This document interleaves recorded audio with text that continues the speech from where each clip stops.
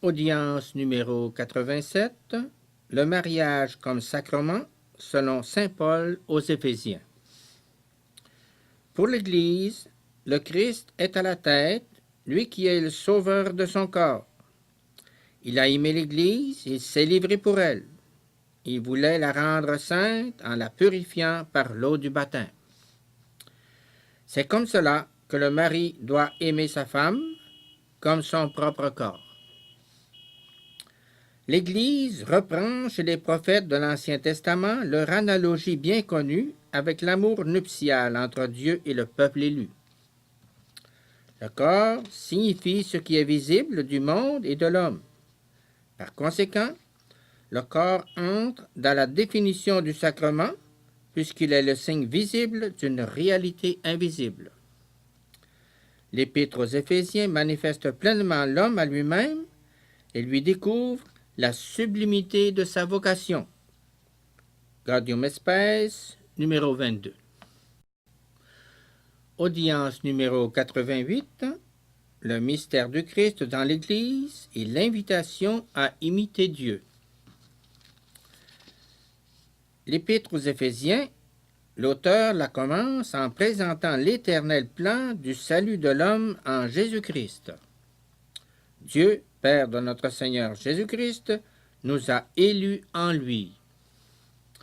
En lui, nous trouvons la rédemption par son sang, la rémission des péchés selon la richesse de sa grâce, pour réaliser ce dessein, quand les temps seront accomplis, ramener toutes choses sous un seul chef, le Christ.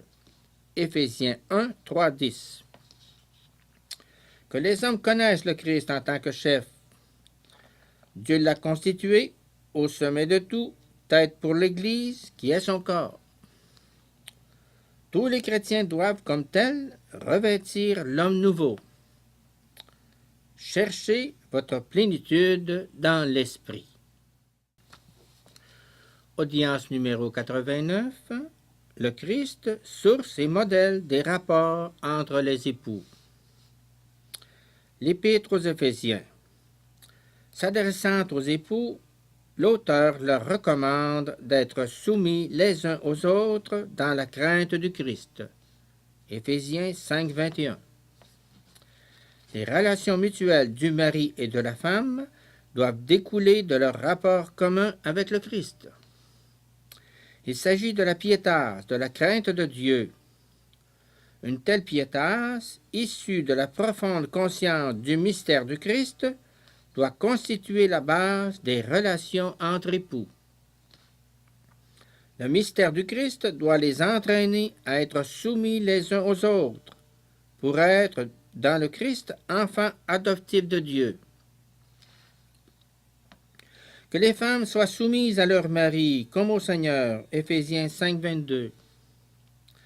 La femme peut et doit trouver dans ses rapports avec le Christ, qui est pour l'un et l'autre des époux l'unique Seigneur, la motivation de ses rapports avec le mari.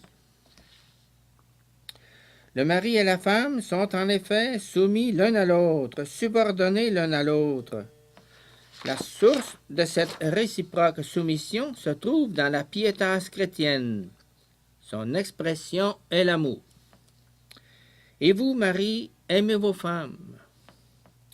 L'amour exclut toute espèce de soumission qui ferait de la femme la servante ou l'esclave du mari. L'amour fait qu'en même temps, le mari est soumis lui aussi à sa femme, et en cela soumis au Seigneur lui-même. Leur mariage se réalise dans une donation réciproque qui est aussi une soumission réciproque. L'auteur de l'Épître aux Éphésiens ne craint pas ensuite de recommander à la femme de révérer son mari. Éphésiens 5, 22. Le mari, en effet, est chef de sa femme, comme le Christ est chef de l'Église, lui le sauveur du corps. Or, l'Église se soumet au Christ. Les femmes doivent donc, et de la même manière, se soumettre en tout à leur mari. Et vos maris, aimez vos femmes, comme le Christ a aimé l'Église et s'est livré pour elle. Éphésiens 5, 22, 25. Audience numéro 90. L'Épître aux Éphésiens conduit à la base de la sacramentalité du mariage. Les rapports entre le Christ et l'Église. Ces rapports sont une révélation, une réalisation dans le temps du mystère du salut, de l'élection d'amour cachée en Dieu de toute éternité. Le mystère du salut comprend le trait particulier de l'amour nuptial dans les rapports du Christ avec l'Église, recourant à l'analogie des rapports qui existent entre mari et femme dans le mariage. Il semble même que cette analogie soit complémentaire de celle du corps mystique. Éphésiens 1, 22-23. Le mariage ne correspond à la vocation des chrétiens que s'il reflète l'amour que le Christ époux donne à l'Église, son épouse, et que l'Église s'efforce de donner au Christ en retour du sien. Marie, aimez vos femmes comme le Christ a aimé l'Église. Éphésiens 5, 25.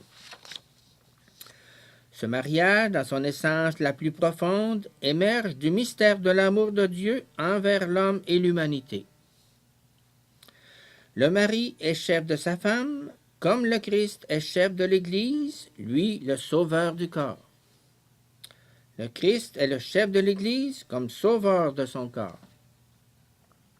Le Christ a aimé l'Église et s'est donné lui-même pour elle. En se donnant totalement par amour, il a formé l'Église comme son corps et il ne cesse de l'édifier en devenant son chef.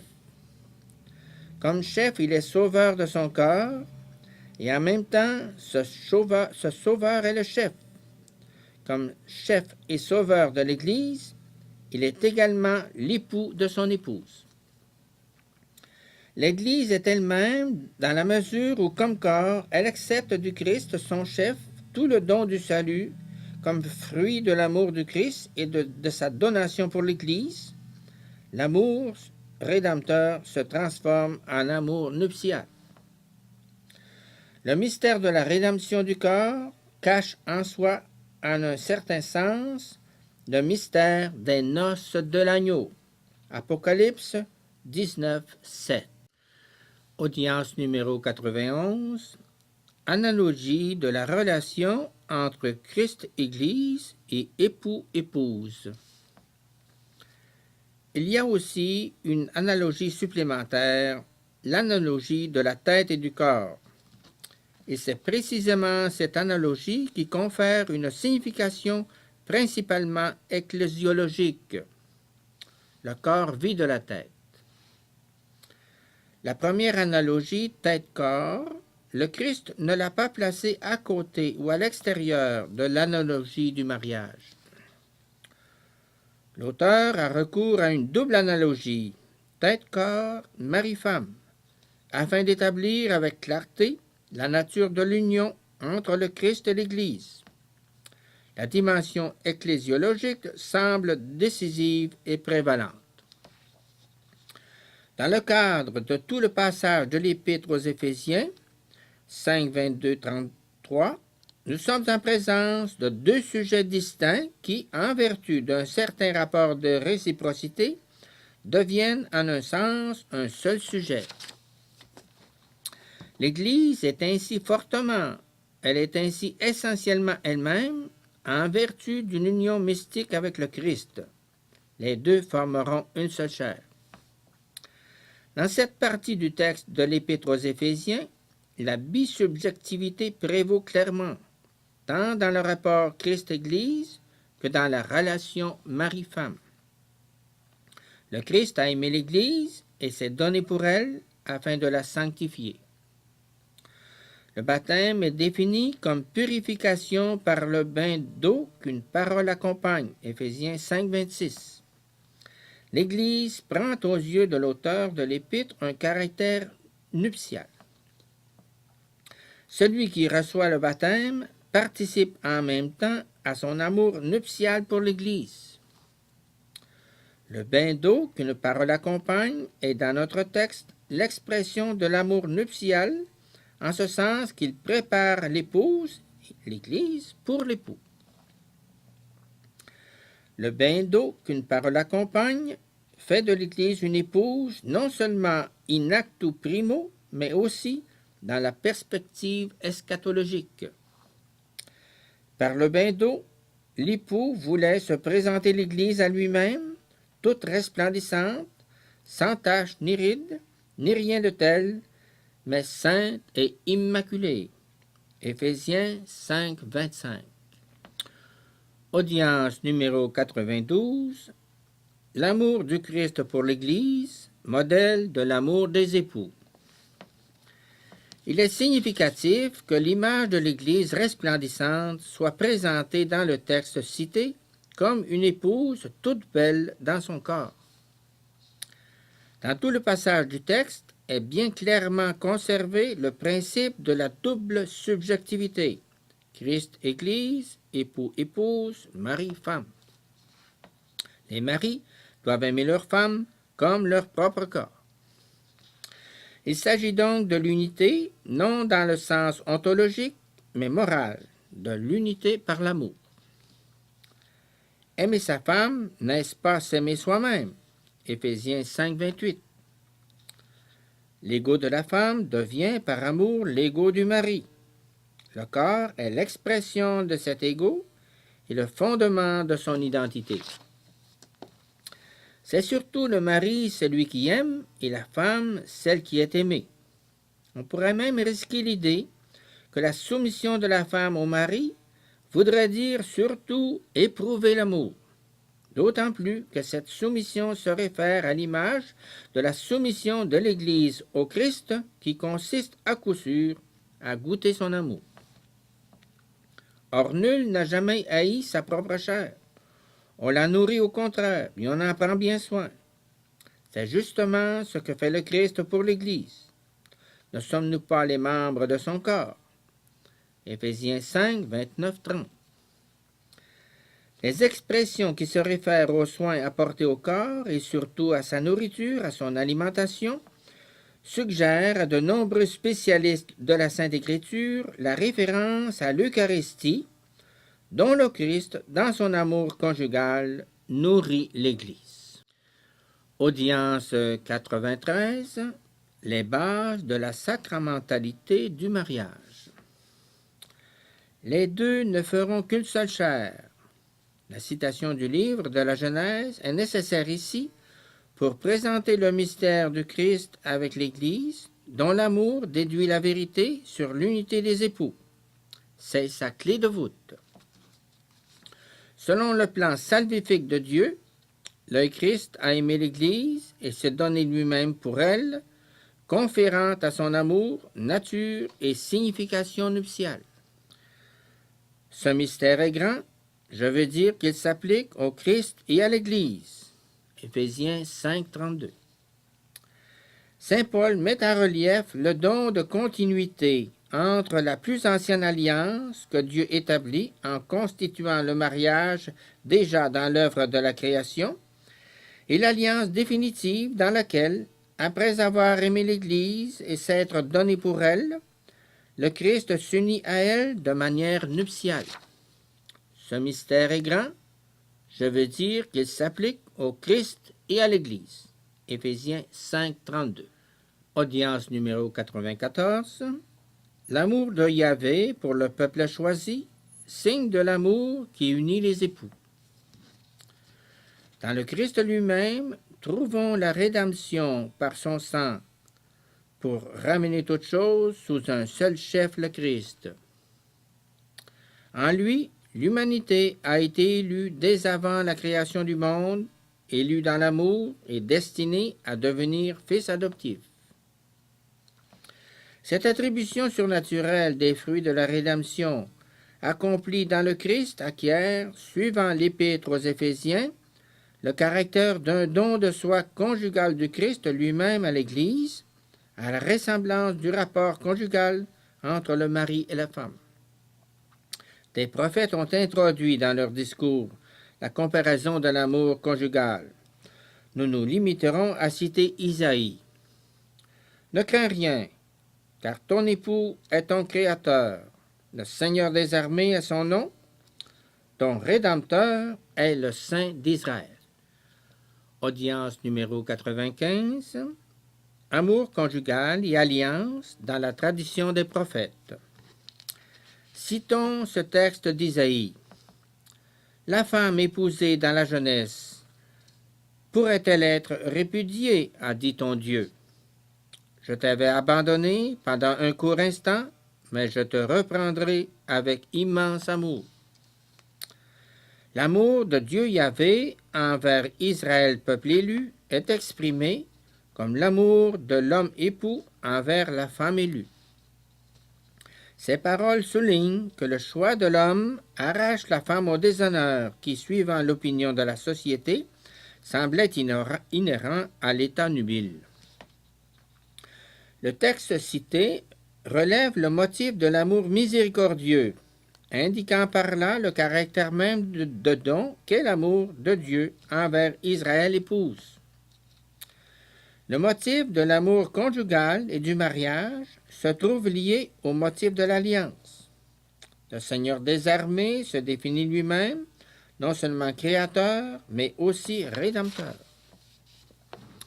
L'Épître aux Éphésiens parle du mystère de l'amour et de l'élection par lesquels le Dieu, Père de notre Seigneur Jésus-Christ, embrasse tous les hommes en son Fils, et il en parle surtout comme mystère caché dans le cœur de Dieu, déterminant d'avance que nous serions pour lui des fils adoptifs par Jésus-Christ.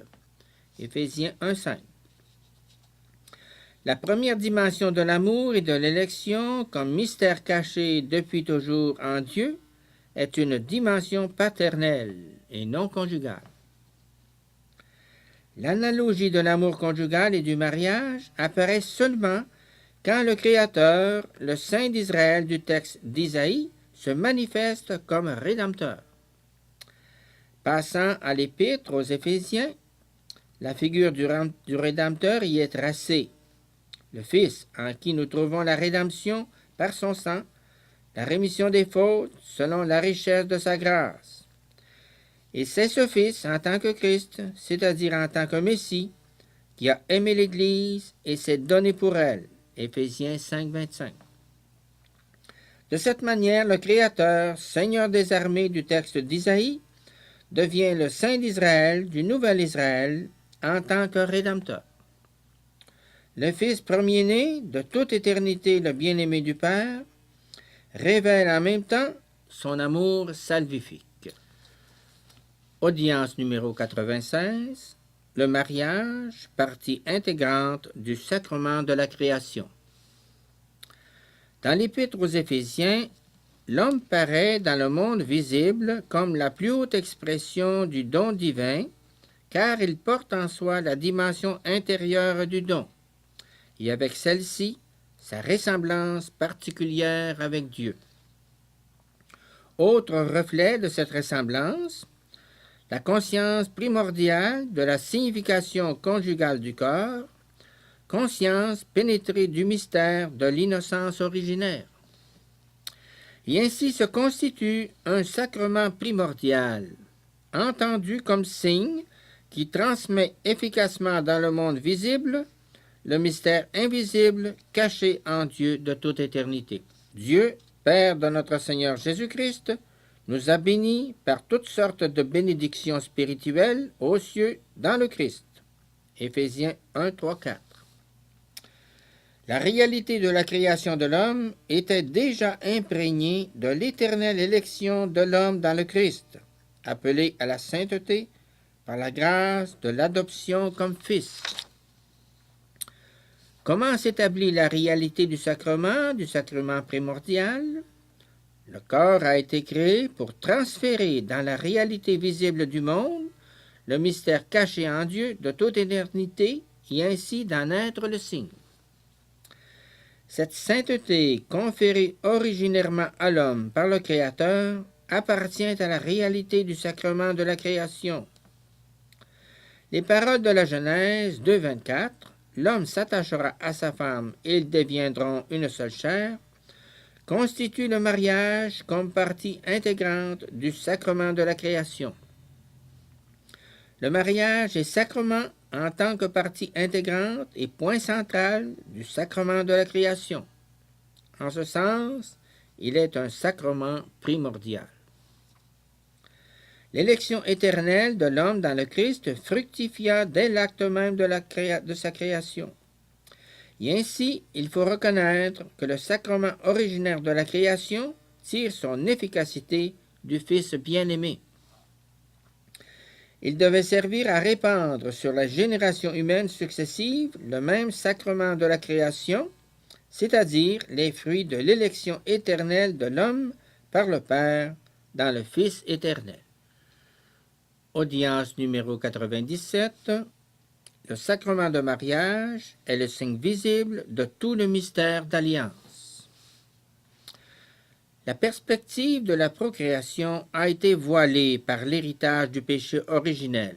Néanmoins, même dans cet état, le mariage ne cesse d'être la figure de ce sacrement dont il est question dans l'Épître aux Éphésiens. L'auteur se réfère aux paroles de Genèse 2. C'est pourquoi l'homme laissera son père et sa mère, s'attachera à sa femme, et ils deviendront une seule chair. Puis, il déclare aussitôt après, c'est un mystère de grande portée. Il semble indiquer cette continuité dans la réalisation entre le sacrement primordial et le don nouveau dans le Christ. De cette manière, le sacrement de la rédemption revêt en un certain sens la figure et la forme du sacrement primordial. Au mariage de l'homme dans le sacrement de la création correspond l'analogie des épousailles du Christ avec l'Église, dans laquelle se renouvelle de manière définitive l'alliance de la grâce d'élection, rompue à l'origine à cause du péché. Dieu de toute éternité, dans ce mysterium magnum, nous a élus dans le Christ, dès avant la création du monde, pour être saints et immaculés en sa présence dans l'amour. Éphésiens 1,4. En lui, le Christ, nous trouvons la rédemption par son sang. Éphésiens 1, 7, 8.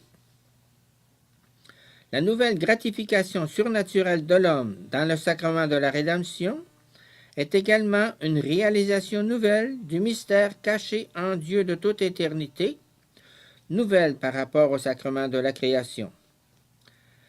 En ce moment, la gratification est en un certain sens une nouvelle création.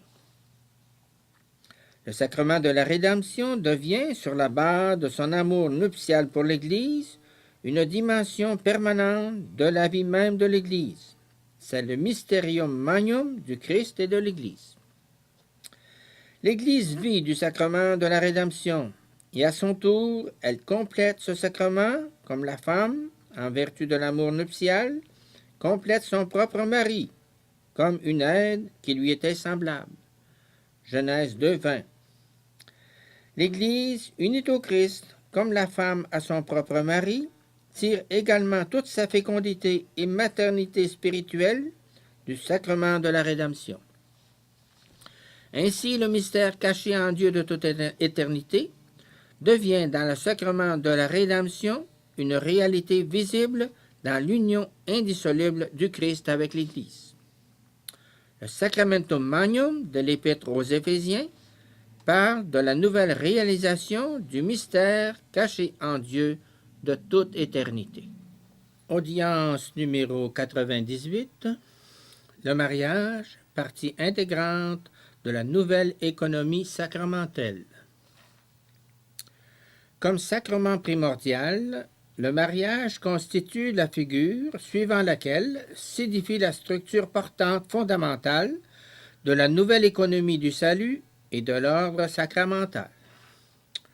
Le mariage est issu de la rédemption sous forme de prototype.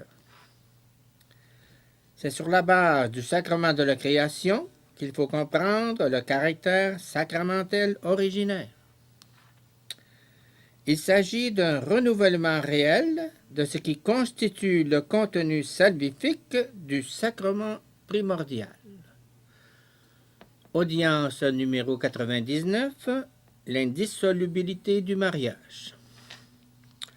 Le baptême atteint sa signification essentielle et sa force sacramentelle à travers cet amour sponsal du Rédempteur.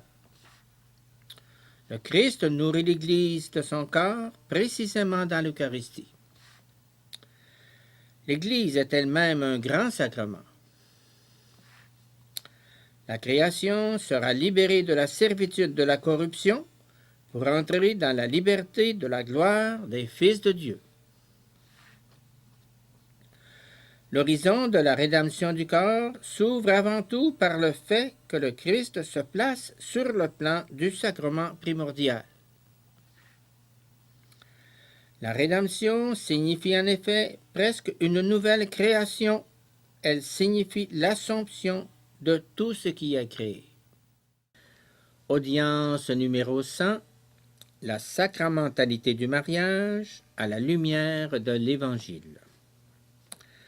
À l'origine, l'homme et la femme, s'unissant et devenant ainsi une seule chair, étaient en même temps destinés à être unis dans la vérité et dans la charité, comme fils de Dieu, Gaudium Spes numéro 24, fils adoptif dans le Fils premier-né, bien-aimé de toute éternité. Le Christ ouvre le mariage à l'action salvifique de Dieu, aux forces qui jaillissent de la rédemption du corps. C'est un éthos de la rédemption du corps, base permettant de comprendre la dignité particulière du corps humain, enracinée dans la dignité personnelle de l'homme et de la femme. La raison de cette dignité se trouve précisément à la racine de l'indissolubilité de l'alliance conjugale.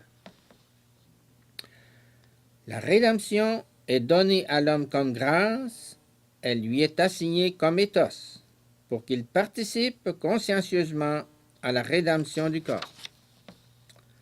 Le Christ donne sa propre interprétation du commandement « Tu ne commettras pas l'adultère ». Il assigne comme tâche à tout homme la dignité de toute femme. Il assigne à chacun sa propre dignité, le sacrum de la personne, et cela en considération de sa féminité ou masculinité, en considération du corps. Ces paroles jaillissent du fond même de la rédemption du corps. C'est précisément à cet homme de la concupiscence qu'est donné dans le mariage le sacrement de la rédemption en tant que grâce et signe de l'alliance avec Dieu, et qu'il lui est assigné comme éthos. Audience numéro 101. Le mariage sacrement s'accomplit en perspective de l'espérance eschatologique. Le mariage est une expression efficace de la puissance salvifique de Dieu. Le mariage est également une exhortation à dominer la concupiscence. Les fruits de cette domination sont l'unité et l'indissolubilité du mariage. Le mariage est assigné aux époux comme éthos. Le mariage est un lieu de rencontre de l'éros et de l'éthos dans le cœur de l'homme et de la femme. Le mariage, il est aussi parole de l'Esprit qui exhorte l'homme et la femme à tirer leur force du mystère de la rédemption du corps. De cette manière, ils sont appelés à la chasteté comme état de vie selon l'esprit qui leur est propre. Romains 8, 4, 5. La chair elle-même devient le substrat spécifique d'une communion durable et indissoluble des personnes. La vie selon l'esprit, c'est-à-dire la grâce du mariage, permet à l'homme et à la femme de retrouver la vraie liberté du don. Devenant une seule chair, ils soumettent leur masculinité et féminité à la bénédiction de la procréation, dans la profonde conscience de la sainteté de la vie à laquelle tous deux donnent l'origine, en participant comme fondateurs d'une famille aux forces du mystère de la création. Une espérance particulière accompagne la femme dans les douleurs de l'accouchement, c'est-à-dire l'espérance de la révélation des fils de Dieu, espérance dont tout nouveau-né porte en soi une étincelle en venant au monde. Celui qui fait la volonté de Dieu demeure éternellement. 1 Jean 2, 17. Le mariage accomplit un irremplaçable service à l'égard de la rédemption du corps dans la dimension de l'espérance eschatologique. Audience numéro 102. Par le sacrement de mariage, l'homme et la femme participent à l'amour créateur de Dieu. Les époux chrétiens participent à l'amour salvifique du Christ. Le mariage se trouve confirmé et renouvelé comme sacrement de l'origine humaine dans lequel l'homme et la femme, appelés à devenir une seule chair, prennent part à l'amour créateur de Dieu lui-même. Toute cette structure stable originaire du mariage comme sacrement du mystère de la création se renouvelle dans le mystère de la rédemption, lorsque ce mystère devient l'image du don conjugal de l'Église par le Christ. Le Christ a épousé l'Église, il s'est livré pour elle. Éphésiens 5, 25. Ces deux dimensions de l'amour, la dimension nuptiale et la dimension rédemptrice, pénètrent avec la grâce du sacrement dans la vie des époux. L'image paulinienne du grand mystère du Christ et de l'Église parle aussi indirectement de la continence pour le royaume des cieux. Cet amour nuptial avec lequel le Christ a aimé l'Église, son épouse, et s'est livré pour elle, n'est-il pas également la plus pleine incarnation de l'idéal de la continence pour le royaume des cieux? Matthieu 19, 12. Ne trouvent-ils pas leur soutien précisément en cela, tous ceux qui, hommes et femmes, choisissant le même idéal, désirent lier la dimension nuptiale de l'amour à la dimension rédemptrice, suivant le modèle même de Jésus? L'union du Christ avec l'Église nous permet de comprendre de quelle manière la signification nuptiale du corps se complète avec sa signification rédemptrice, non seulement dans le mariage ou dans la continence, mais aussi dans la souffrance humaine aux mille formes, dans la naissance et la mort même de l'homme. Audience numéro 103. Le sacrement du mariage. Le mariage est contracté moyennant la parole, qui est un signe sacramentel en raison de son contenu. Je te prends pour mon épouse, pour mon époux. Tous deux, comme hommes et femmes, constituent en même temps le plein et réel signe visible du sacrement lui-même. La structure du signe sacramentel est déterminée par le langage du corps, le même langage du corps qu'à l'origine, dans le contexte de la communion des personnes. Tous les jours de ma vie, c'est-à-dire jusqu'à la mort. Ceci est un signe visible et efficace de l'alliance avec Dieu dans le Christ. Le mariage est un signe visible et efficace, né du mystère de la création. Il tire sa nouvelle origine du mystère de la rédemption. Audience numéro 104. L'alliance est basée sur le lien conjugal. En analysant les textes d'Osée, d'Ézéchiel, du Deutéro-Isaïe et d'autres prophètes, nous nous sommes trouvés sur la voie de cette grande analogie dont l'ultime expression est la proclamation de la nouvelle alliance sous forme d'union nuptiale du Christ et de l'Église. Il est possible de parler d'un prophétisme spécifique du corps, de langage du corps. Les prophètes considèrent la comparaison de l'alliance établie entre Dieu et Israël comme un mariage. En choisissant Israël, Dieu s'est uni à son peuple par l'amour et la grâce. Celui qui t'a fait est ton époux, son nom est Seigneur des armées, et celui qui te rachète, c'est le Saint d'Israël, qui s'appelle le Dieu de toute la terre. Parole de Dieu. Mais ma bienveillance ne s'écartera pas de toi, et mon alliance de paix ne vacillera pas. Yahvé est le Seigneur d'Israël, mais il devient également son époux. Vient s'ajouter la merveilleuse dimension de cette souveraineté qu'est la dimension nuptiale. De cette manière, l'absolu de l'amour est révélé. Par rapport à cet absolu, la rupture de l'alliance est un coup qui transperce directement son cœur de père, d'époux et de seigneur. Les prophètes passent à un sens subjectif, c'est-à-dire qu'ils permettent au corps lui-même de parler. L'adultère et la prostitution d'Israël constituent une évidente contradiction avec le lien conjugal sur lequel se base l'alliance. Je te prêtai serment, je fis alliance avec toi, oracle du Seigneur, et tu fus à moi. Ézéchiel 16, 8. Mais tu t'es fié à ta beauté, et forte de ta renommée, tu t'es prostituée, et tu as prodigué tes faveurs à tout passant. Ézéchiel 16, 15. Les plus profondes paroles de l'esprit, paroles d'amour, de donation, de fidélité, exigent un langage du corps approprié. Le corps dit la vérité par la fidélité et l'amour conjugal. L'essentiel est le langage du corps relu dans sa vérité. Audience numéro 105. En se donnant le sacrement de mariage, les époux posent un acte de caractère prophétique. Le langage du corps entre dans la structure intégrale du signe sacramentel. Moi, je te prends toi pour mon époux, pour mon épouse. Ces paroles confirment la vérité essentielle du langage du corps.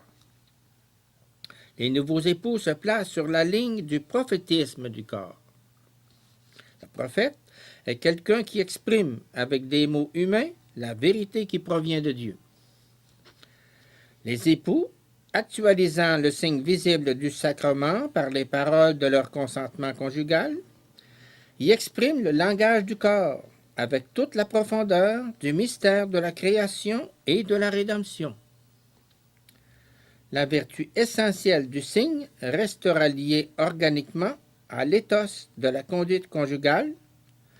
Dans l'éthos de la vie conjugale, s'insère de manière prospective la signification procréatrice du corps. Audience numéro 106. Le mariage comme sacrement se constitue sur la base du langage du corps. Le corps comme tel ne parle pas, mais l'homme parle. En ce sens, l'être humain, homme ou femme, permet au corps de parler pour lui. De cette manière, le concept de prophétisme du corps semble lui aussi être fondé. Le prophète, en effet, est celui qui parle au nom et sous l'autorité d'une personne. Les corps des époux parleront pour et de la part de chacun d'eux. Si l'être humain, homme et femme, confère à son comportement une signification conforme à la vérité fondamentale du langage du corps, alors lui-même est également dans la vérité. Le témoignage de l'amour conjugal procréateur est un témoignage digne de vrais prophètes. Audience numéro 107. L'homme de la concupiscence est en même temps l'homme de l'appel. Le cœur humain est non pas tant accusé et condamné par le Christ, il est avant tout appelé. L'homme de la concupiscence est en même temps l'homme de l'appel. Il est appelé à travers le mystère de la rédemption du corps. C'est l'éthos de la rédemption. La triple concupiscence ne détruit pas la capacité de relire dans la vérité le langage du corps. L'homme historique est capable, comme homme et femme, de constituer le signe sacramentel de l'amour, de la fidélité et de l'honnêteté conjugale, et ceci comme signe durable. Je promets de t'être toujours fidèle, dans la joie et la douleur, dans la santé et la maladie, de t'aimer et t'honorer tous les jours de ma vie. c'est l'herméneutique du sacrement. Il est l'homme de la concupiscence, mais il n'est pas complètement déterminé par la libido. Comme dit Freud, le choix de la continence pour des motifs religieux s'expliquerait uniquement par les transformations spécifiques de cette libido. En ce cas, sur le plan du langage du corps, l'homme serait condamné à des falsifications essentielles. Il serait donc condamné à se suspecter lui-même et à suspecter les autres au sujet de la vérité du langage du corps. L'herméneutique du sacrement nous permet de conclure que l'homme est toujours essentiellement appelé et non simplement accusé, et cela précisément en tant qu'homme sujet de la concupiscence. Audience numéro 108, ce que le Cantique des Cantiques nous apprend sur l'amour humain. Le thème de l'amour conjugal nous rattache à la grande analogie qui, à travers les récits des prophètes, s'est déversée dans le Nouveau Testament et en particulier dans l'Épître aux Éphésiens, Éphésiens 16, 5, 21, 23. Le cantique est manifestement un chant d'amour humain. Lys constate que le contenu du Cantique des Cantiques est à la fois sexuel et sacré. Le Cantique des Cantiques démontre la richesse de ce langage dont la première expression se trouve déjà dans la Genèse, Genèse 2, 23, 25. Les paroles des époux, leurs mouvements, leurs gestes correspondent à la démarche intérieure des cœurs. Se renouvelle cette découverte à laquelle le premier homme donna expression devant celle qui avait été créée comme aide, qui soit semblable à lui. Genèse 2, 20, 23. Les premières paroles de l'homme à la vue de la femme que Dieu a créée expriment la stupeur et l'admiration et même le sentiment de séduction. Le Cantique des Cantiques exprime cette séduction réciproque. En outre, l'amour entraîne une expérience particulière du beau. Le langage du corps cherche appui et confirmation dans tout le monde visible, dans cet état d'âme qu'on peut appeler fascination, enchantement. Audience numéro 109, le don mutuel de l'homme et de la femme.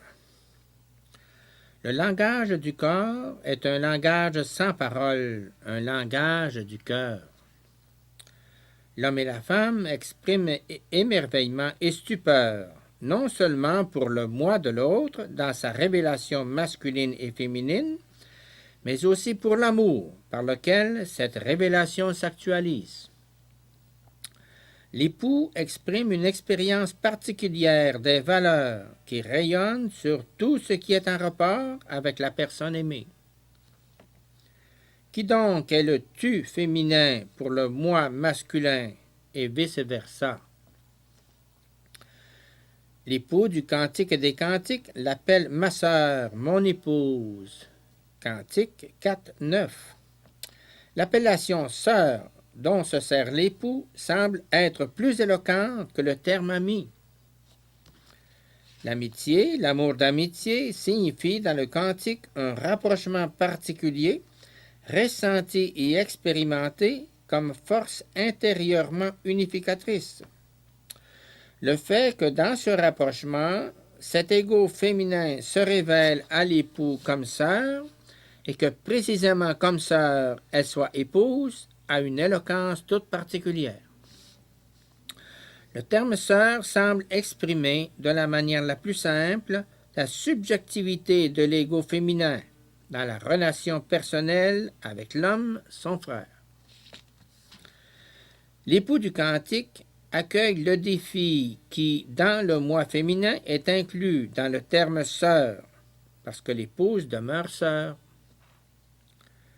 Le terme sœur semble dépasser la détermination originaire du langage et de l'amour uniquement à travers la libido et ouvrir son contenu vers l'expression épouse.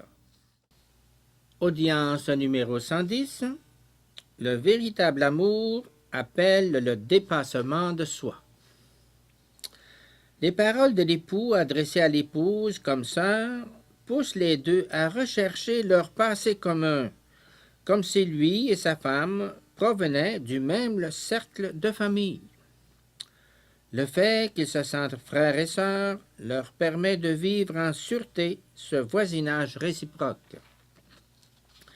Grâce à l'appellation ma sœur, les paroles de l'époux tendent à reproduire, peut-on dire, l'histoire de la féminité de la personne aimée. La voyant encore à l'époque de l'enfance, y embrassant son égo tout entier, âme et corps, avec une tendresse désintéressée. C'est de là que naît cette paix dont parle l'épouse.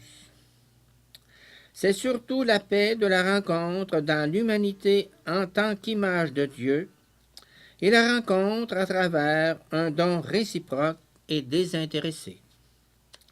Cette relation frère-sœur est le premier fondement de la communion des personnes. Apparaît aussi dans le duo amoureux du Cantique des Cantiques une autre trame. Voilà comment parle l'époux. Tu es un jardin fermé, ma sœur, mon épouse, une fontaine scellée. Cantique 4.12. Ces métaphores révèlent la présence d'une autre vision de l'ego féminin lui-même, propriétaire de son propre mystère.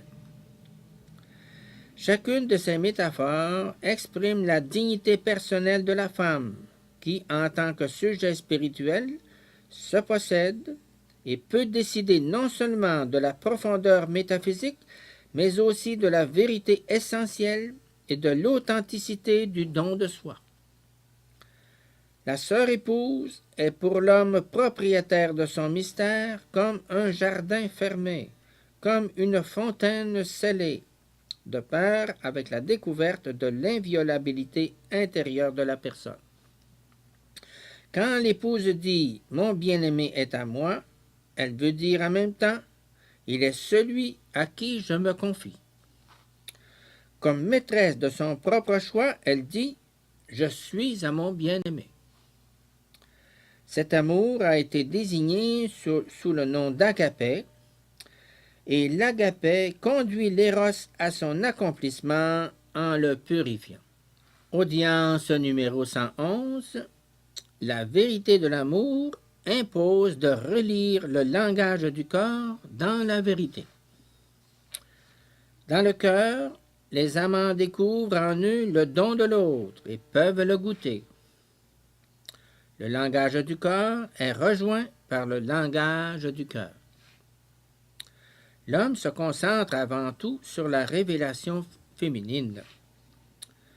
Le jardin clos s'ouvre devant les yeux de l'âme et du corps de l'époux. Ces paroles parlent du don et rappellent le sacrement primordial. Le langage du corps parle au sens. L'épouse sait que le désir de l'époux porte sur elle, et elle va à sa rencontre avec la promptitude du don de soi, à la fois spirituel et sensuel. C'est un amour fort comme la mort. Audience 112.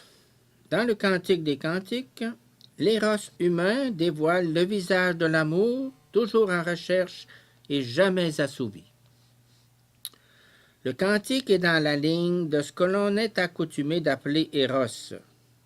Le langage du corps y est particulièrement éloquent. Les amants donnent l'impression d'être toujours en tension vers quelque chose. Il y a recherche du beau intégral, d'une pureté sans tache, d'une perfection faisant la synthèse de la beauté de l'âme et du corps. Ces paroles résonnent de beaucoup plus près dans l'Épître aux Éphésiens, dans lequel le Christ, comme époux de l'Église, désire voir son épouse sans tache, sainte et immaculée. Éphésiens 5, 27. Dans le Cantique, l'éros humain voile le visage de l'amour, étant toujours en recherche et jamais comblé. Le langage du corps, dans les strophes du Cantique, semble avoir ses limites. L'amour s'y montre plus grand que ce que le corps est en mesure d'exprimer. Je suis malade d'amour. Audience numéro 113. La jalousie elle-même confirme l'irréversibilité et la profondeur subjective du choix conjugal selon un amour plus fort que la mort. Le corps cache en soi la perspective de la mort, à laquelle l'amour ne veut pas s'assujettir. C'est une flamme du Seigneur que les grandes eaux ne peuvent éteindre. Selon le cantique, l'amour est aussi jaloux. Tenace comme les enfers est la jalousie. Le cantique des cantiques présente l'éros comme la forme d'amour humain dans laquelle opèrent les énergies du désir. Selon le cantique, il semble que nous nous approchons de la dimension dans laquelle l'éros cherche à s'intégrer selon une autre vérité de l'amour. Cette vérité sera proclamée par Paul après la résurrection. La charité est patiente, elle est bénigne, la charité. Dans le cantique, nous lisons au sujet de l'amour que sa jalousie est tenace comme les enfers. Et dans la lettre paulinienne, nous lisons qu'elle n'est pas jalouse, la charité. Quel est le rapport entre l'amour qui est fort comme la mort selon le cantique et l'amour qui n'aura pas de fin selon saint Paul? Il semble ici que ce en quoi l'éros humain ferme l'horizon s'ouvre encore à travers les paroles de saint Paul, à travers l'agapé. Audience numéro 114. Selon le livre de Tobie, l'attitude fraternelle semble être enracinée dans l'amour conjugal. Béni sois-tu, Dieu, tu as créé Adam et Ève, sa femme. Maintenant, ce n'est pas par luxure que je prends cette parente. Tobie appelle Sarah sa parente, sa sœur. De même, son père Raguel dit « Prends donc ta cousine. Dorénavant, tu es son frère, et elle est ta sœur. » Tobie 7,12. Ici reviennent à mémoire les paroles de l'épouse du cantique « Ma sœur, mon épouse ». Par le mariage, l'homme et la femme deviennent frères et sœurs d'une manière spéciale. Le jeune Tobie aima Sarah au point de ne plus pouvoir détacher son cœur d'elle. Il devait affronter l'épreuve de la vie et de la mort. Durant la nuit des noces, l'amour se révèle plus fort que la mort. Cela advient par la prière. L'ange Raphaël leur a dit « Avant de vous unir, levez-vous tous deux pour prier. Demandez au Seigneur du ciel que vienne sur vous sa grâce et son salut. » La prière est la dimension de la liturgie propre au sacrement. Audience numéro 115.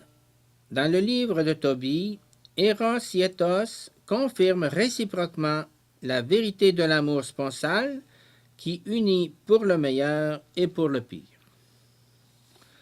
Le fait que Tobie aima Sarah au point de ne plus pouvoir détacher son cœur d'elle trouve son expression surtout dans la promptitude à partager avec elle le danger et de rester ensemble dans le meilleur et dans le pire. Ce n'est pas l'éros qui caractérise cet amour de Tobie, mais l'éthos, c'est-à-dire la volonté et le choix des valeurs.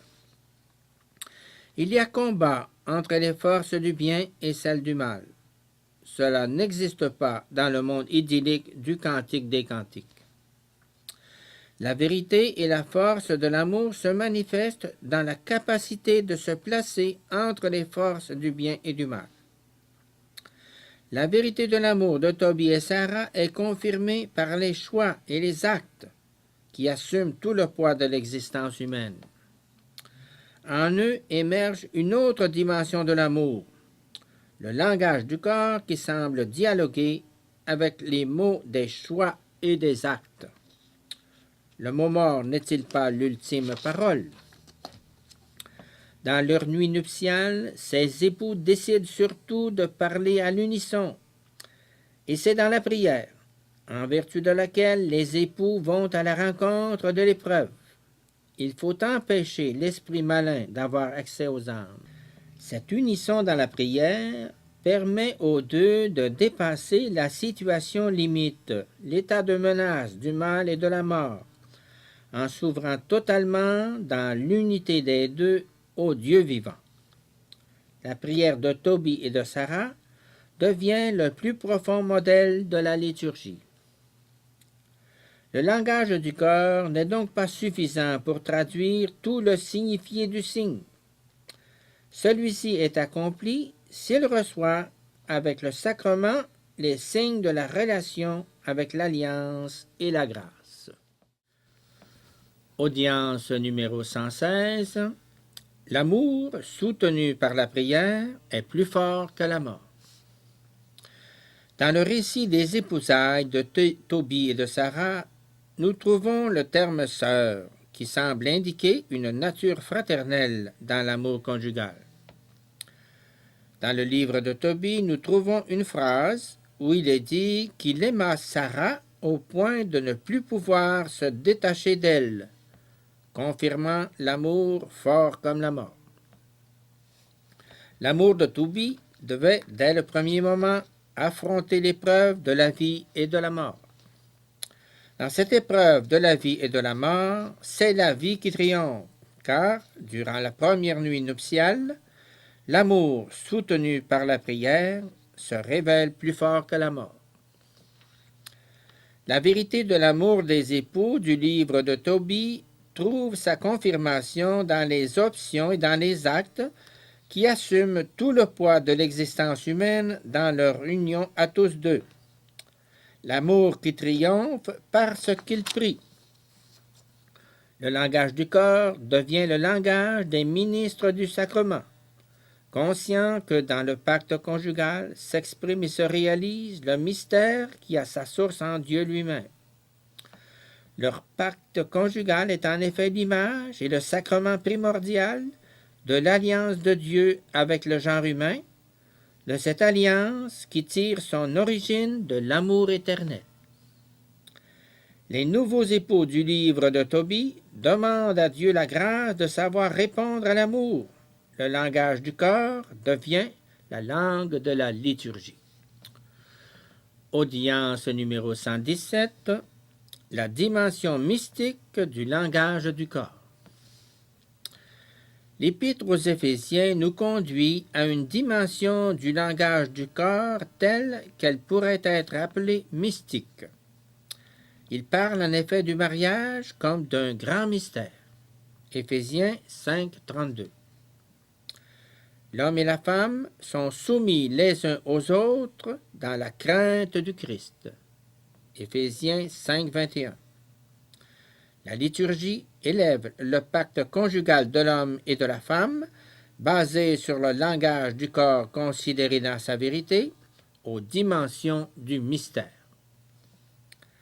La langue liturgique assigne à tous deux, à l'homme et à la femme, tout le sacrum de la personne et de la communion des personnes. Audience numéro 118. Avec humanité, considérer les deux significations de l'acte conjugal. L'Église enseigne que tout acte matrimonial doit rester ouvert à la transmission de la vie. Humanité numéro 11. Par sa structure intime, l'acte conjugal, en même temps qu'il unit profondément les époux, les rend aptes à la génération de nouvelles vies, selon les lois inscrites dans l'être même de l'homme et de la femme. Humanité numéro 12.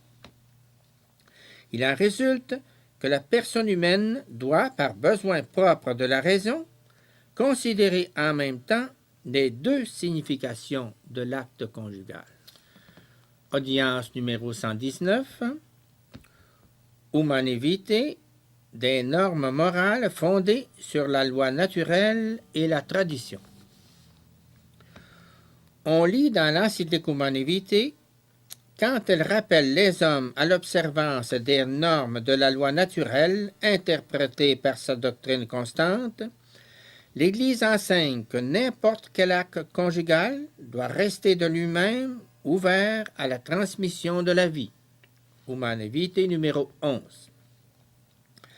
La signification naît dans la conscience avec la prise en considération de la vérité ontologique de l'objet. La norme morale s'identifie avec la prise en considération du langage du corps dans la vérité. Du fait qu'elle est contenue dans la tradition et qu'elle a été maintes fois exposée par le magistère, Humanae Vitae numéro 12, il résulte que cette norme correspond à l'ensemble de la doctrine révélée contenue dans les sources bibliques. Il devient évident que la norme morale précitée appartient à l'ordre moral que Dieu a révélé. Audience numéro 120. Dans Humanae Vitae, la réponse aux questions de l'homme d'aujourd'hui. Nous lisons dans Gaudium Spes, l'Église rappelle qu'il ne peut y avoir de véritable contradiction entre les lois divines qui régissent la transmission de la vie et celles qui favorisent l'authentique amour conjugal. Gaudium Spes numéro 51. Humanae Vitae parle de la connexion inséparable entre les deux significations de l'acte conjugal, la signification unitive et la signification procréatrice. Humanae Vitae numéro 12. Paul VI veut en effet répondre aux interrogations de l'homme contemporain. Une révision des normes éthiques jusqu'à présent en vigueur ne serait-elle pas indiquée, surtout si l'on considère qu'elles ne peuvent être observées sans sacrifice parfois héroïque. Humanae Vitae numéro 3. Paul VI répond: la doctrine de l'Église sur la régulation des naissances, qui proclame la loi divine, pourra sembler à certains difficile ou même impossible à observer. Elle serait irréalisable sans l'aide de Dieu. Mais à qui réfléchit bien, ces efforts ne manqueront pas de se révéler anoblissants pour l'homme et bénéfiques pour la société humaine. Humanae Vitae numéro 20. Tout l'arrière-plan biblique dénommé théologie du corps nous offre la confirmation de la vérité de la norme morale contenue dans Humanae Vitae. Les prémices et principes généraux de la théologie du corps n'étaient-ils pas toutes et tous puisés dans les réponses que le Christ donna aux questions de ses interlocuteurs concrets? L'unique et vrai bien de la personne humaine consiste dans la réalisation de ce dessein divin. Le Concile a posé la question de l'accord de l'amour conjugal avec le respect de la vie, Gaudium et Spes numéro 51, et par la suite, l'encyclique Humanae Vitae s'occupe largement du problème de la possibilité de l'observance de la loi divine. Audience numéro 121, paternité et maternité responsables à la lumière d'Humanae Vitae. Gaudium Spes dit que la moralité du comportement ne dépend pas de la seule sincérité de l'intention et de la seule appréciation. Gaudium Spes enseigne que les époux doivent s'acquitter de leurs charges en toute responsabilité humaine et chrétienne et dans un respect plein de docilité à l'égard de Dieu. La loi divine manifeste la pleine signification de l'amour conjugal. Elle le protège et le conduit à son achèvement vraiment humain. L'encyclique Humanae Vitae élimine d'avance la réduction à un des aspects partiels, comme le font ceux qui parlent uniquement de contrôle des naissances. Paul VI écrit: par rapport au processus biologique, paternité responsable signifie connaissance et respect de leurs fonctions. Humanae Vitae numéro 10.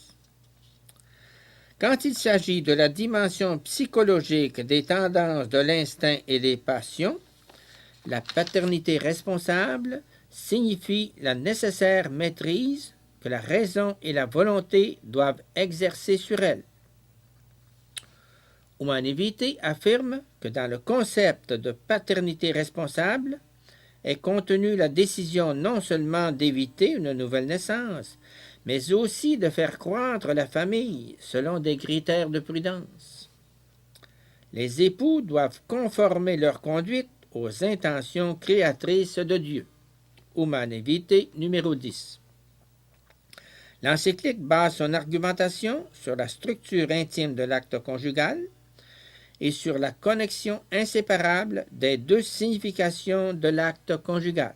Humane Vitae numéro 12. Audience numéro 122. Humane Vitae distingue ce qui est licite ou non dans la régulation de la fertilité. Nous avons dit précédemment que le principe de la morale conjugale enseigné par l'Église, Concile Vatican II et Paul VI, est le critère de la fidélité sur le plan divin. Conformément à l'encyclique Humane Vitae, sont moralement illicites l'avortement, la stérilisation directe et toute action qui se proposerait comme but ou comme moyen de rendre impossible la procréation. Humane Vitae numéro 14. Donc, tous les moyens contraceptifs. Par contre, est moralement licite le recours aux périodes infécondes. Humane Vitae numéro 16. Dans ce cas, les conjoints usent légitimement d'une disposition naturelle pour des raisons plausibles. L'Évangile révèle ce qui est le vrai bien de l'homme. Audience numéro 123. Exprimer le mystérieux langage du corps dans la vérité qui lui est propre. L'essence de la doctrine de la constitution pastorale du Concile Gaudium Spes et de l'encyclique Humane Vitae est de garder un juste rapport entre ce qui est défini comme la maîtrise sur les forces de la nature, Humane Vitae numéro 2, et la parfaite possession de soi-même. La transposition des moyens artificiels viole la dimension constitutive de la personne. Elle prive l'homme de la subjectivité qui lui est propre et fait de lui un objet à manipuler. Le corps humain n'est pas seulement le champ de réaction de caractère sexuel, mais il est en même temps le moyen pour l'homme de s'exprimer totalement, d'exprimer sa personne. Le langage du corps doit exprimer la vérité du sacrement, car ce langage du corps devient pour ainsi dire un prophétisme du corps. En tant que ministre d'un sacrement, l'homme et la femme sont appelés à exprimer ce mystérieux langage de leur corps dans toute la vérité qui lui est propre. L'homme et la femme s'expriment mutuellement eux-mêmes de la façon la plus totale et la plus profonde. L'homme est justement une personne parce qu'il est maître de lui-même et parce qu'il domine lui-même qu'il peut se donner à l'autre.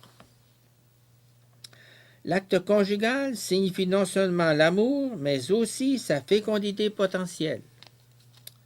L'acte conjugal, qui serait privé de sa vérité intérieure, parce que privé artificiellement de sa capacité de procréation, cesserait aussi d'être un acte d'amour.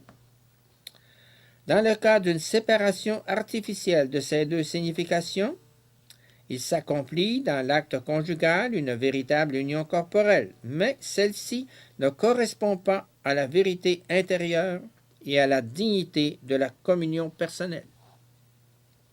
Si cette vérité vient à manquer, on ne saurait parler ni de vérité dans la maîtrise de soi, ni de vérité dans le don réciproque et dans l'accueil réciproque. Audience numéro 124. Une vision correcte des valeurs de la vie et de la famille. L'encyclique Humane Vitae approuve pleinement la régulation naturelle des naissances et la paternité et la maternité responsables. Une pratique honnête de régulation de la natalité exige des époux les vraies valeurs de la vie et de la famille et qu'ils tendent à acquérir une parfaite possession d'eux-mêmes. Grâce à son influence bienfaisante, les conjoints développent intégralement leur personnalité et s'enrichissent de valeurs spirituelles. Humanae Vitae numéro 21. L'encyclique exige avant tout des époux un comportement familial et procréatif bien précis. User du don de l'amour conjugal en respectant les lois du processus de la génération, c'est reconnaître que nous ne sommes pas les maîtres des sources de la vie humaine, mais plutôt les ministres du dessein établi par le Créateur. Humanae Vitae numéro 13. La vie humaine est sacrée. Il s'agit évidemment de pratiquer la chasteté conjugale, c'est-à-dire d'adopter un comportement éthique précis. En langage biblique, cela veut dire vivre selon l'esprit. Galates 5, 25. La régulation naturelle des naissances se fait en conformité avec la loi naturelle. La régulation naturelle des naissances est fonction de la personne du Créateur, origine et seigneur de l'ordre qui se manifeste dans cette loi. Humanae Vitae suppose certainement cette régularité biologique, mais l'encyclique entend toujours cette régularité comme l'expression de l'ordre de la nature, c'est-à-dire du plan providentiel du Créateur. Audience numéro 125. La pratique droite de la régulation des naissances fondée sur la maturité morale de la personne. La régulation correcte de la fertilité dans l'encyclique Humanae Vitae et dans Familiaris Consortio correspond à la vérité de la personne et donc à sa dignité. Les rythmes naturels inhérents aux fonctions de la génération appartiennent à la vérité objective. Il s'agit de ce qui est le véritable bien de la personne humaine et de ce qui correspond à la vraie dignité de la personne. Cependant, le recours aux périodes infécondes dans la coexistence conjugale peut devenir une source d'abus. L'encyclique Humanae Vitae signifie aussi la disponibilité à accueillir une progéniture plus nombreuse. Il convient de fixer l'attention principalement sur le thème de la maîtrise de soi et de la continence. Audience numéro 126. La vocation du couple appelle à la perfection consacrée par le sacrement du mariage. L'Église annonce le salut et ouvre avec les sacrements les voies de la grâce qui fait de l'homme une créature nouvelle, capable de répondre dans l'amour et dans la vraie liberté au suprême dessein de son Créateur et Sauveur, et de trouver que le joug du Christ est doux. Avec le baptême, renforcé par le sacrement du mariage, les époux chrétiens sont rendus plus forts et pour ainsi dire consacrés. Humanae Vitae, numéro 25. L'encyclique Humanae Vitae crée les conditions qui permettent de tracer les grandes lignes de la spiritualité chrétienne, de la vocation et de la vie conjugale. La paternité-maternité responsable n'est autre qu'un important élément de toute la spiritualité conjugale et familiale, force qui rend possible l'authentique témoignage chrétien de la vie conjugale. Étroite est la porte et resserré le chemin qui mène à la vie. Matthieu 7, 14. Humanae Vitae numéro 25. L'encyclique dit que les époux affrontent donc les efforts nécessaires, soutenus par la foi et par l'espérance qui ne déçoit pas, car l'amour de Dieu a été répandu dans nos cœurs avec le Saint-Esprit qui nous a été donné. Voilà la force essentielle et fondamentale, l'amour répandu dans les cœurs par l'Esprit Saint. L'Eucharistie et le sacrement de pénitence, voilà les moyens infaillibles et indispensables. Humanae Vitae numéro 12. Audience numéro 127. L'amour est lié à la chasteté qui se manifeste comme maîtrise de soi. L'amour est la force donnée à l'homme pour participer à cet amour par lequel Dieu lui-même aime dans le mystère de la création et de la rédemption. Le Créateur lui-même, lorsqu'il vit tout ce qu'il avait fait, trouva que c'était très bien. Genèse 1,31.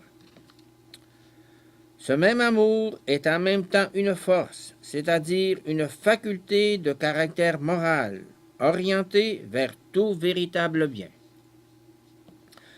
L'amour est entendu comme force supérieure qui confère contenu et valeur adéquats aux actes conjugaux, selon la vérité des deux significations, l'unitive et la procréative, en plein respect de leur caractère inséparable.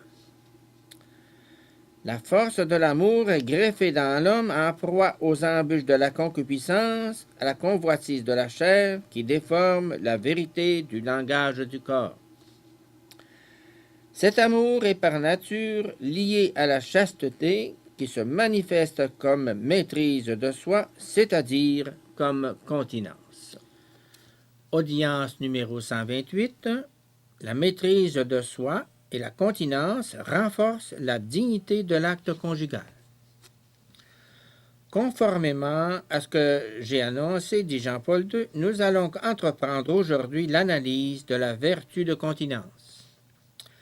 La continence consiste en la capacité de dominer, de contrôler et d'orienter les impulsions à caractère sexuel. La convoitise de la chair et le désir sexuel qu'elle excite s'expriment par une pulsion spécifique dans la sphère de la réactivité somatique et en outre par une excitation psycho-émotive de l'impulsion sensuelle. Par la vertu de continence, les époux se trouvent soumis les uns aux autres dans la crainte du Seigneur. Cette soumission réciproque signifie la sollicitude commune pour la vérité du langage du corps, en liaison avec la prudence, la justice, la force et surtout avec la charité.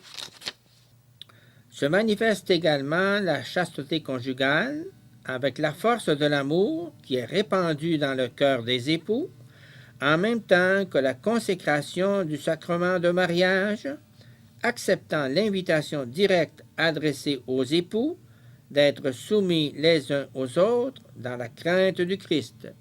Éphésiens 5, 21. La chasteté conjugale se révèle graduellement comme capacité particulière de percevoir, d'aimer et de réaliser les significations du langage du corps.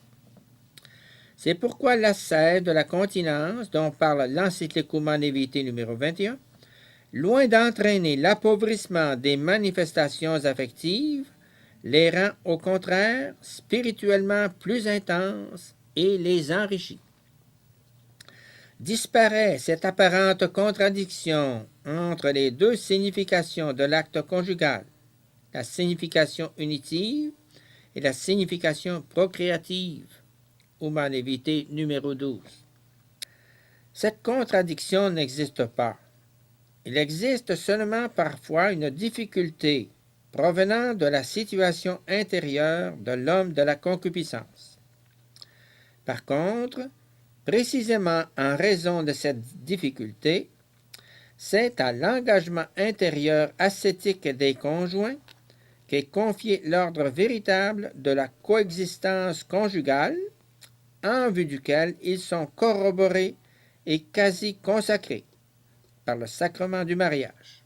Humanae Vitae numéro 25. Prennent une adéquate signification toutes les manifestations affectives. Humanae Vitae numéro 21. L'acte conjugal est une manifestation d'affection particulière parce que, en même temps, elle a une signification potentiellement procréative. Audience numéro 129. La continence comme vertu est pour l'homme le moyen de se libérer de ses tensions. La continence, intégralement comprise, se révèle plutôt l'unique moyen de libérer l'homme de ses tensions dans l'authentique richesse des manifestations d'affection. On qualifie de responsables la paternité et la maternité qui correspondent à la dignité personnelle des conjoints comme parents, à la vérité de leur personne et de l'acte conjugal. Il faut avant tout se référer à l'homme comme personne, au sujet qui décide de lui-même et non aux moyens, qui en font un objet de manipulation et de dépersonnalisation. Dans l'ego humain, à côté d'une réaction que l'on peut qualifier d'excitation, existe une autre réaction que l'on peut appeler émotion. L'excitation est avant tout corporelle, sexuelle. L'émotion, en revanche, se réfère surtout à l'autre personne comprise dans son intégralité.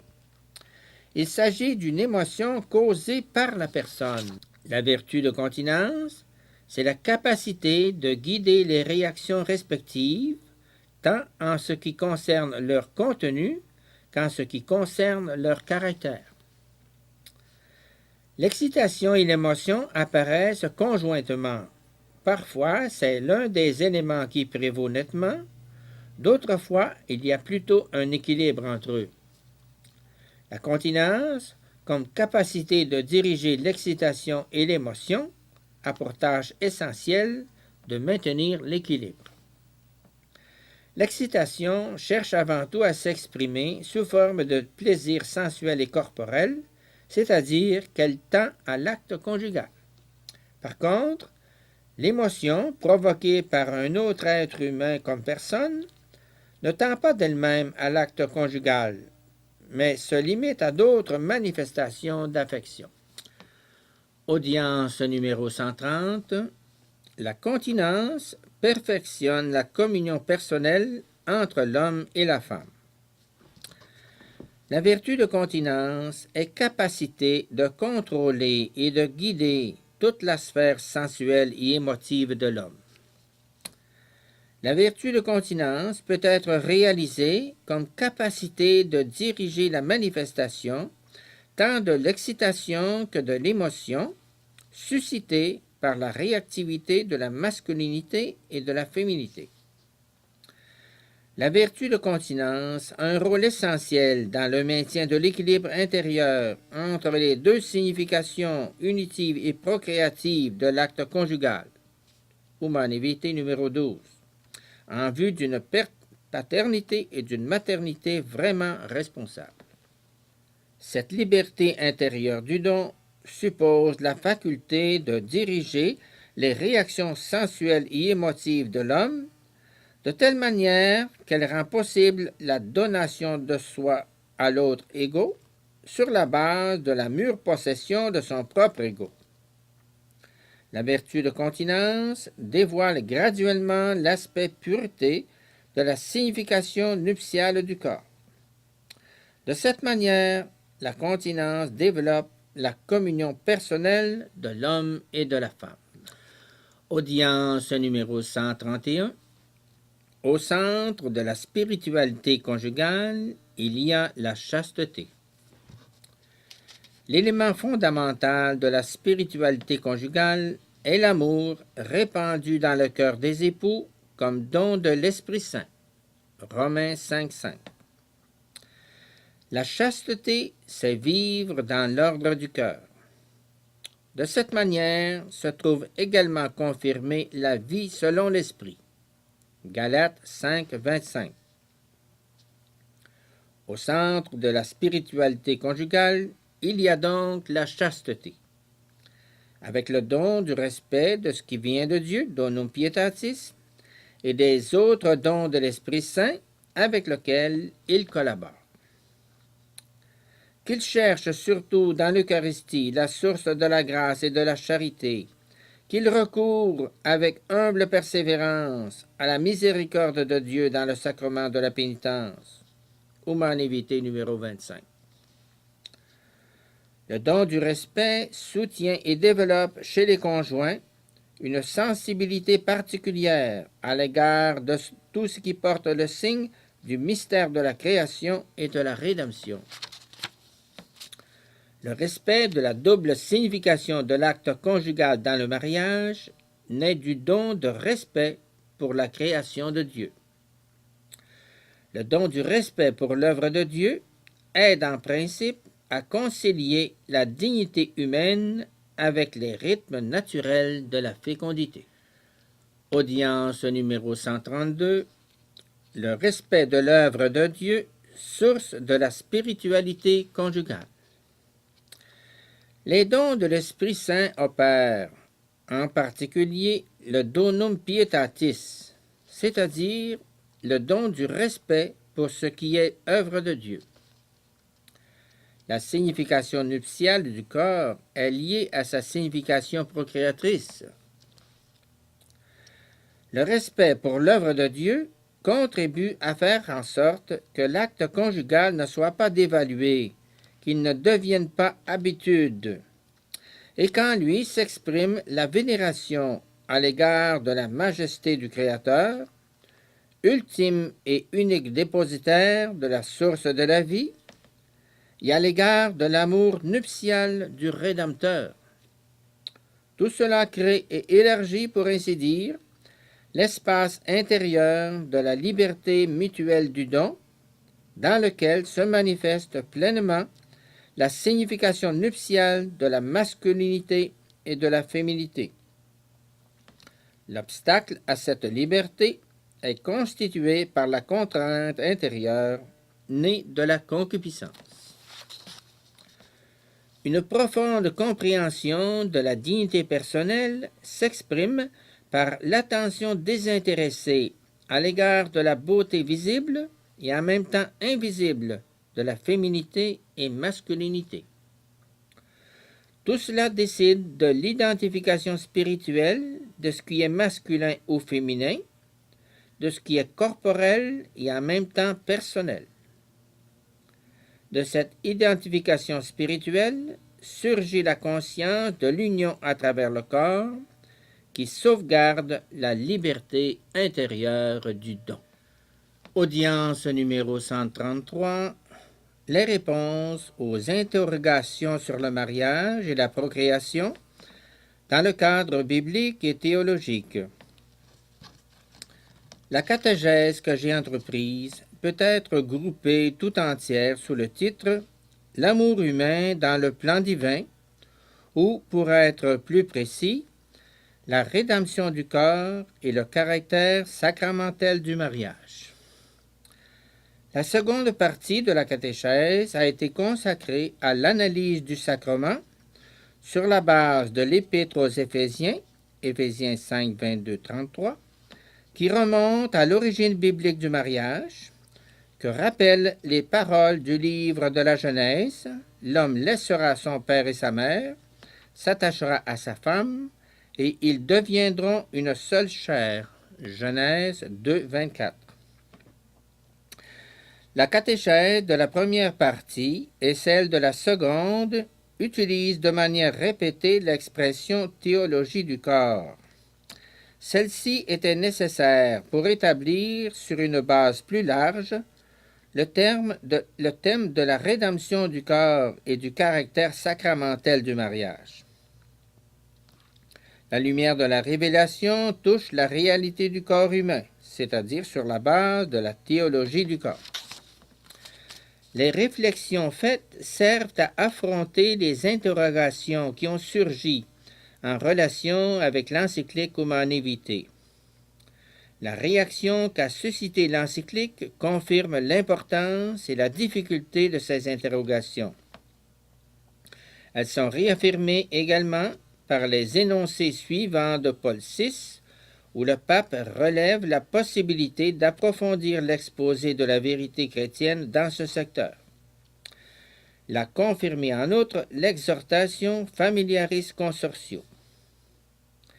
Il existe une tendance cachée et en même temps suffisamment explicite à mesurer ce progrès selon la mesure des choses, c'est-à-dire des biens matériels. L'analyse des aspects personnels de la doctrine de l'Église contenue dans l'encyclique de Paul VI met en évidence un appel résolu à situer le progrès de l'homme à la mesure de la personne, à la mesure de l'éthique et non seulement à celle de la technique. on parle de rédemption du corps et de caractère sacramentel du mariage.